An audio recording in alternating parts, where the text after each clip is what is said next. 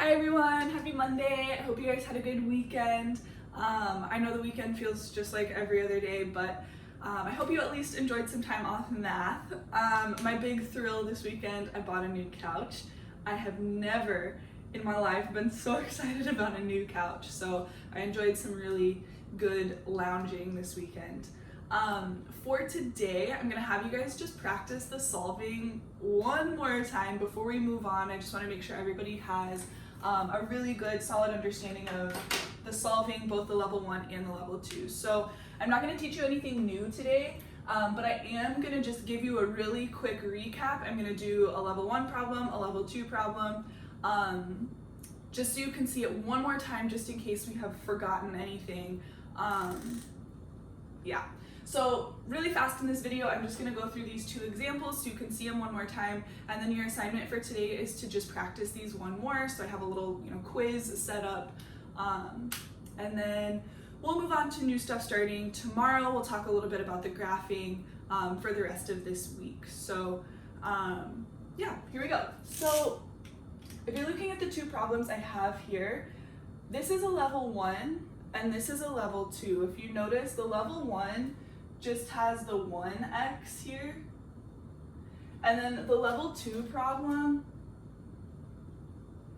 has multiple x's. So one variable is a level 1, 2 variables is our level 2. So I'm just gonna go ahead and follow that order of operations. So if I'm gonna go ahead and solve my level 1, what I have right now is 2 times the square root of 4x plus 7 equals 12. So first I would want to move this stuff on the outside, right? I have to work from the outside in, and I would check to see if there's anything to add or subtract. There is nothing to add or subtract on the outside of this radical. I see some people wanting to subtract the 7 first. I see that often. The 7 is inside. It's in this little house right here. We can't move that until the very end. We're just looking at stuff on the outside, and there's nothing on the outside right now to add or subtract, so I'm gonna just skip it. If there's nothing there for that step, just don't do it, just skip it, okay? I do see some multiplication division on the outside, so I'm gonna move this 2 here. I'm gonna divide it away. So now I have the square root of 4x plus 7, 12 divided by 2 gives me 6. Now I have isolated this radical, it's all by itself, there's nothing on the outside. So I'm gonna go ahead and square both sides to eliminate that radical. So I get 4x plus 7, 6 squared, 6 times 6 is 36. And now I'm just on to a regular solving problem. So I'm gonna just solve whatever is left over. I'm gonna try to get this x by itself. I'm gonna do my addition subtraction first. So I'm gonna subtract 7 from both sides.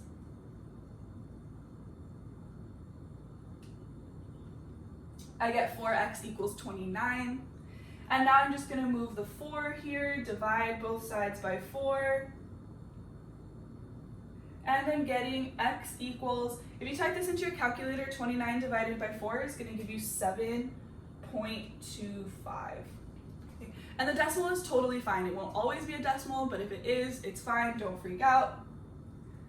X equals 7.25. If you wanted to check your work, you could take this and plug it back in here and just double check. But there we go, that's it, okay? So pretty simple on that one, nothing really new. So let's go ahead and go through the level 2, which as we know is just a little bit more involved. So for level 2, we have the square root of negative 2x minus 5 on the outside minus 4 equals x. So we're still going to work from the outside in. I noticed that we do have this negative 4 on the outside of our radical. I'm going to want to go ahead and move this one first.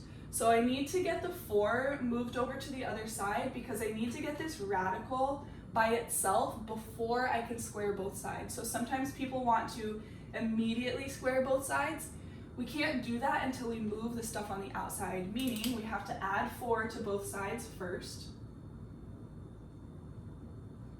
So I'm left with the square root of negative 2x minus 5 equals, x and 4 are not like terms, we can't put them together, so it just stays x plus 4. Now that this radical is by itself, now I can go ahead and square both sides. So if I square over here, this cancels out, and I'm left with negative 2x minus 5. And then just remember, if I'm going to square this side, has to go into parentheses, right? Which means I have to write this out 2 times.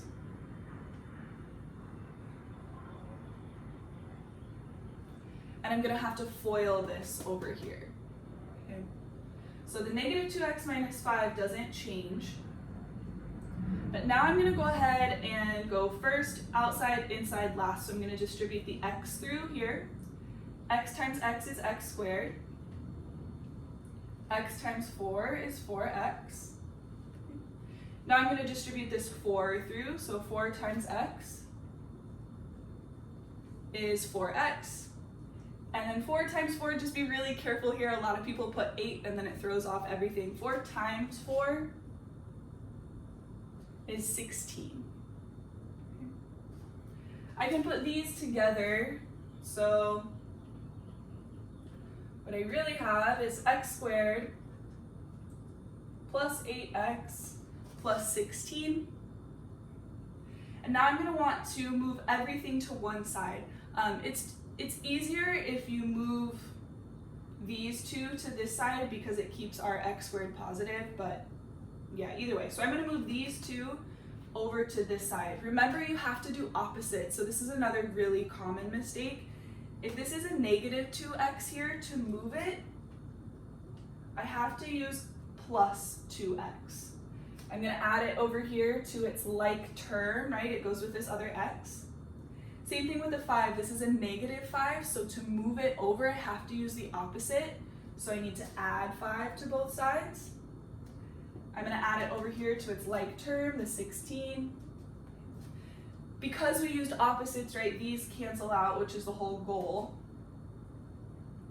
So I'm left with x squared, no like terms there. 8x plus 2x is 10x.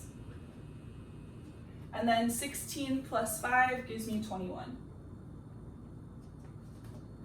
Now I have this ax squared plus bx plus c situation going on. Okay. I'm going to go ahead and multiply to c, which in this case is a 21. And I'm going to add to b,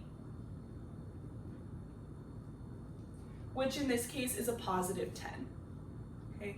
I don't have any negative signs here, so this one is going to be a little bit easier to figure out. Just be careful if you have, a positive and a negative here, or if this one is negative, just pay attention to your negative signs on this. Because these are both positive, it makes it a little bit easier.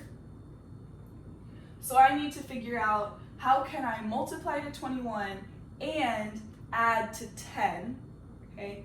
To multiply to 21, my only option is 7 and 3. 7 times 3 is 21, 7 plus 3 is 10, so I know my two numbers are going to be 7 and 3, both positive because I'm multiplying to positive and adding to positive, so that's pretty easy. Be careful, these are not your answers yet. Remember, you have to go into factored form.